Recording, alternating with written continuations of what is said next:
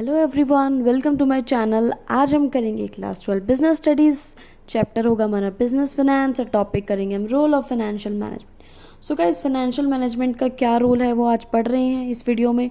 और इस चैनल में हम जितने भी वीडियोस पढ़ेंगे वो सभी एनसीईआरटी की बुक्स में से पढ़ेंगे। एनसीईआरटी की बुक्स में आपको लाइन बाय लाइन एक्सप्लेन करती रहूँगी। सो स्टार्ट करते हैं हमारा टॉपिक। सबसे पहली बात आती है फाइनेंशियल मैनेजमेंट क्या चीज़ है। पहली वीडियो करा चुकी हूँ लेकिन फिर भी दोबारा समझा देती हूँ। फाइनेंशियल मैनेजमेंट मतलब है फाइनेंस को मैनेज करना, पैसे को मैनेज करना कि पैसा कहाँ से आएगा, कहाँ जाएगा, कितना आएगा, कहाँ इन्वेस्ट करना है, ये सब चीज़ें। ठीक है। सो डायरेक्ट फ़र्क पड़ता है, डायरेक्ट बियरिंग होती है किस चीज़ पर? Financial health of business. यानी फाइनेंशियल मैनेजमेंट में हम जितने भी डिसीजन लेते हैं उसका डायरेक्ट फ़र्क हमारी बिजनेस की फाइनेंशियल हेल्थ पर पड़ता है। यानी अगर अच्छा डिसीजन लिया है तो बिजनेस अच्छा ग्रो करेगा, अगर बेकार डिसीजन लिया है तो लॉस हो जाएगा।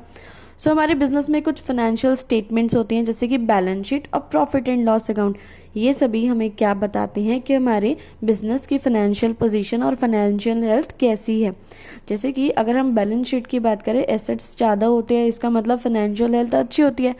अगर हमारे लायबिलिटीज़ ज़्यादा होते हैं तो हमारी फाइनेंशियल हेल्थ बेकार होती है ना। तो बता रहे हैं ना हमारे बिजनेस की फाइनेंशियल हेल्थ के बारे में।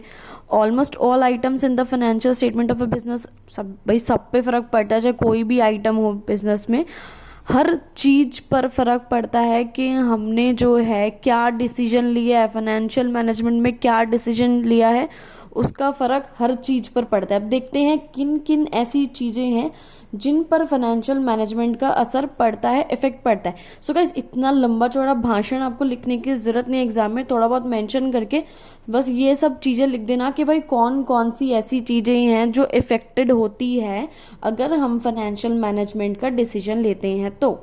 अब सबसे पहली चीज है हमारा size as well as the composition of the fixed assets.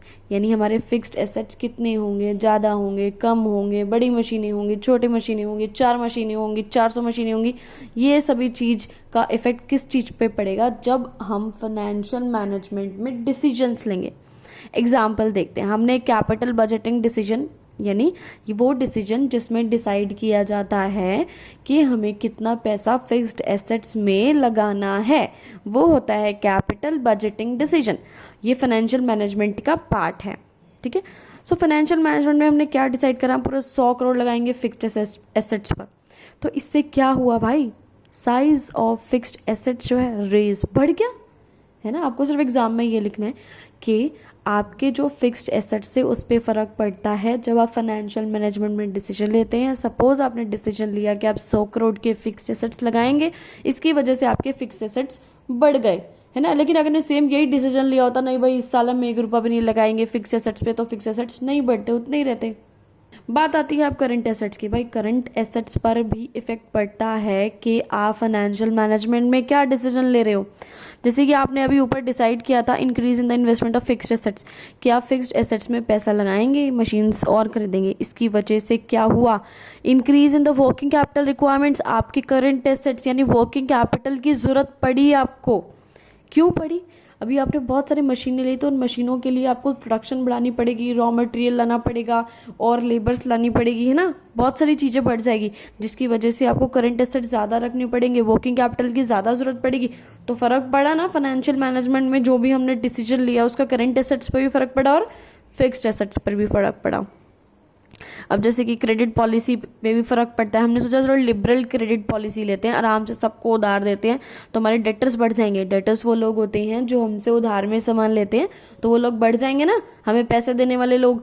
या फिर हमने इन्वेंट्री मैनेजमेंट में ये सोचा चलो भाई ऐसा करते हैं, बहुत सारी इन्वेंट्री मेंटेन करके रखते हैं तो इन्वेंट्री का लेवल बढ़ जाएगा, है ना। तुम्हारे करंट एसेट्स बढ़ गए ना फाइनेंशियल मैनेजमेंट में जो डिसीजन लिया उसकी वजह से। चलो अभी थर्ड पॉइंट देखते हैं, the amount of long term and short term financing to be used.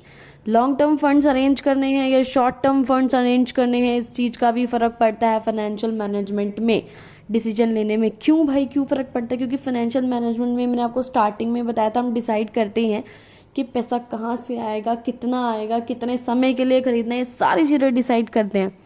ठीक है। So it involves decision about the proportion of long term and short term finance. तो फाइनेंशियल मैनेजमेंट में भाई डिसीजन लिया जाता है कि पैसा लॉन्ग टर्म के लिए चाहिए या शॉर्ट टर्म के लिए चाहिए, तो फर्क तो पड़ेगा ही ना शॉर्ट टर्म और लॉन्ग टर्म फंड्स पर, है ना। एन ऑर्गेनाइजेशन वांटिंग, अगर कोई ऑर्गेनाइजेशन है वो चाहती है कि वो मोर लिक्विड, वो ज़्यादा लिक्विड रहे। लिक्विड का मतलब इधर है कि वो चाहती है कि उसके पास हमेशा कैश बना रहे, पैसे बने रहें। Would raise relatively more amount on a long term basis, तो वो क्या करेगी, लॉन्ग टर्म फंड्स रेज करेगी। क्यों लॉन्ग टर्म फंड्स रेज क्यों करेगी, उसका एक रीज़न है, क्योंकि लॉन्ग टर्म फंड्स आपने एक बार ही ले लिया, आपको पता नहीं फिर 10-12 सालों में कब जाके पैसे देने हैं, तो बीच में जितना भी पैसा आएगा वो आपके पास रहेगा, लिक्विडिटी आपके पास बनी रहेगी, पैसा आपके पास बना रहेगा। लेकिन अगर आपने क्या हुआ, वाइस वर्सा, इसका बिल्कुल उल्टा हुआ, आपने शॉर्ट टर्म फंड्स ले लिए, आपके मन में रहेगा अरे पैसा है ना फटाफट चुका दूं, उतार दूं, कुछ दिन में मेरे को उतारने हैं, 5-6 महीने में पैसे उतारने हैं, तो अब ना लिक्विडिटी नहीं रहेगी, आपके पास पैसा नहीं रहेगा। आपके पास जैसे ही पैसा आएगा आप बस ये सोचेंगे फटाफट इस पैसे को उतार दूं, ये लोन उतार दूं, है ना। So there is a choice between liquidity and profitability, इसीलिए इन दोनों के बीच में चॉइस होती है। क्योंकि अगर आप लिक्विडिटी चाहते हैं कंपनी में पैसा बना रहे, है ना, तो फिर प्रॉफिट के साथ तो कॉम्प्रोमाइज़ करना ही पड़ेगा, है ना। आगे बढ़ते हैं, अपना नेक्स्ट पॉइंट है break up of long term financing into debt and equity.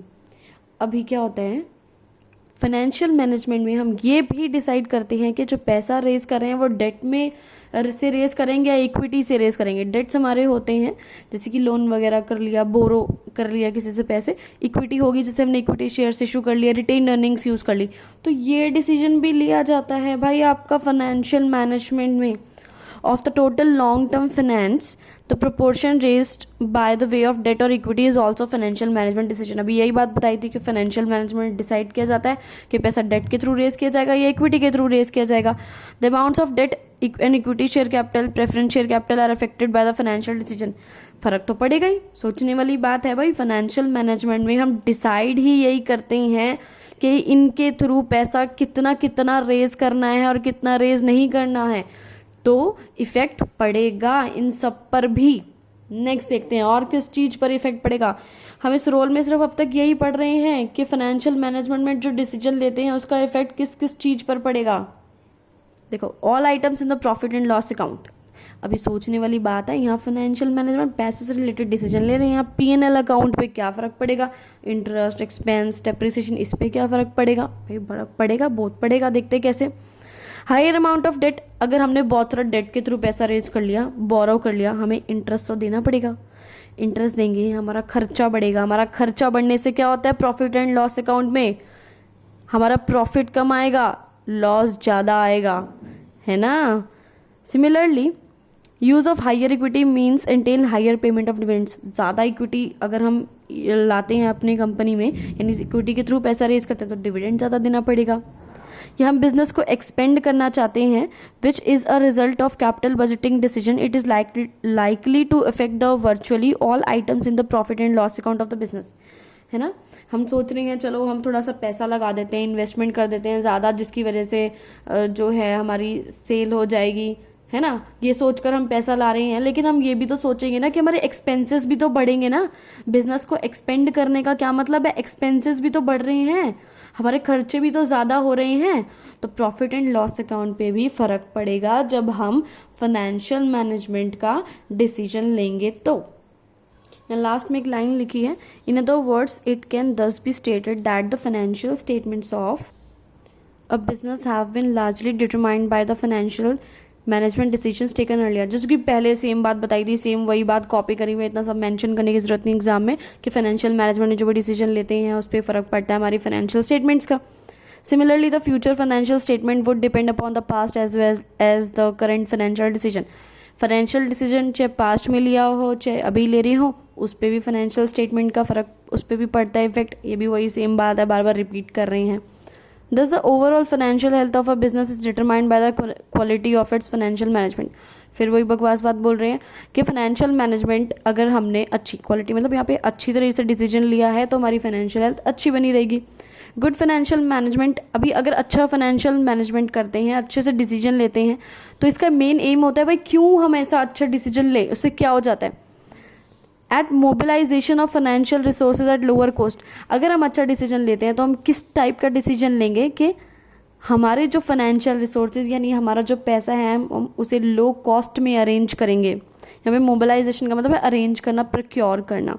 Low cost में अरेंज कर रहे हैं, and deployment of these in most लिक्रेटिव activities.